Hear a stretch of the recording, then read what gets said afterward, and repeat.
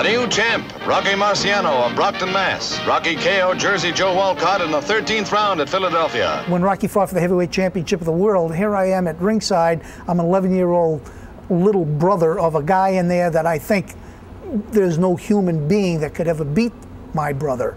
And I see him in the first couple of rounds against Walcott literally getting pushed around pretty good, and I'm thinking, wow, you know, what's going on here? Felled in the first round by the aging Jersey Joe Walcott, the 28-year-old ex-GI came back strong. In a drama-packed 13th, a right-handed jaw crusher knocked Jersey Joe loose from his senses and his title. Exit Walcott, enter Rocky Marciano. Well, last night I fought a real true champion in Jersey Joe Walcott. He proved to me what a champion is made out of. I hit him with plenty of good punches, and he took them very good, rolled with most of them. He's a very smart fighter, a durable fighter, and a very great champion. I only hope that I could be as good as him. Marciano was a fun-loving, loyal, dedicated family man and friend outside of the ring. Inside the ring, he was a relentless aggressor. He defended his title 6 times and then, quite unexpectedly, walked away from boxing, never to fight again. Marciano's last fight was in 1955 against Archie Moore in the fall. It was his 49th victory, and a lot of people felt that Marciano would continue. He was still young, he was still in his prime. He had 3, 4, 5, 6 good fights left in him. He decided not to. He decided to retire.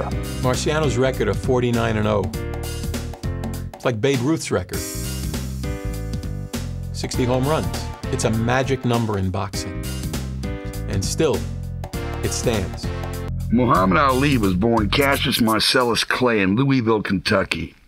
At the age of 12, the gangly, precocious youngster took the first step on the road to the heavyweight championship of the world.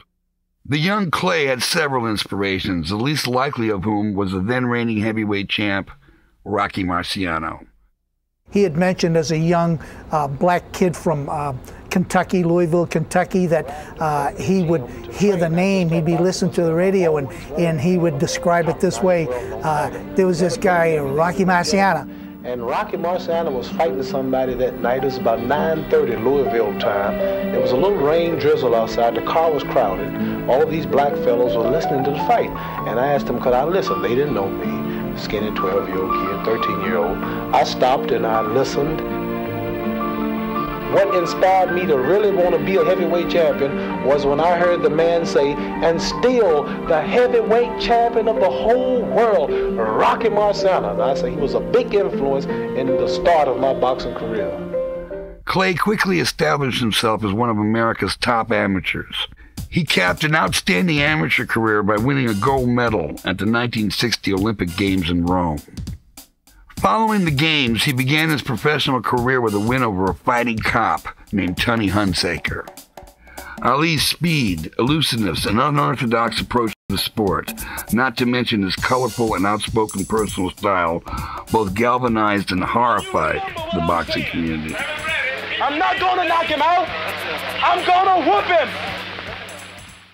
Clay's talent could not be denied. In 1964, he was matched with the reigning heavyweight champ, the glowering, menacing Sonny Liston. Liston retired in his corner at the end of the 7th round, sitting on his stool, gazing dumbfounded across the ring at the face of a new America. Undefeated when he goes in the ring against Sonny Liston, undefeated when he comes out of the ring against Sonny Liston, except he comes out as Muhammad Ali. Ali defended the title several times over the next 3 years.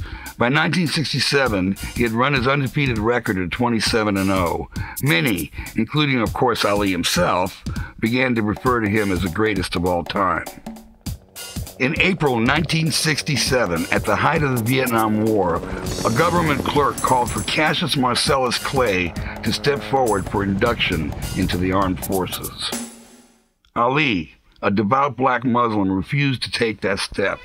Deposed heavyweight champion Cassius Clay at a federal court in Houston is found guilty of violating the U.S. Selective Service laws by refusing to be inducted. It is a time when the unusual could happen in the 60s.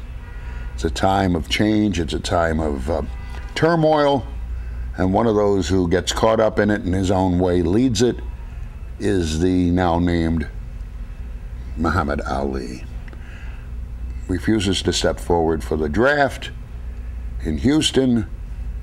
They take away his passport. He's defrocked by the Babbitry and the boxing commissions, and he's out for 2.5 years. Though banned from boxing, Ali was still considered the man by the majority of the public, and everyone knew that no man could truly claim the title until he met and defeated Ali in the ring.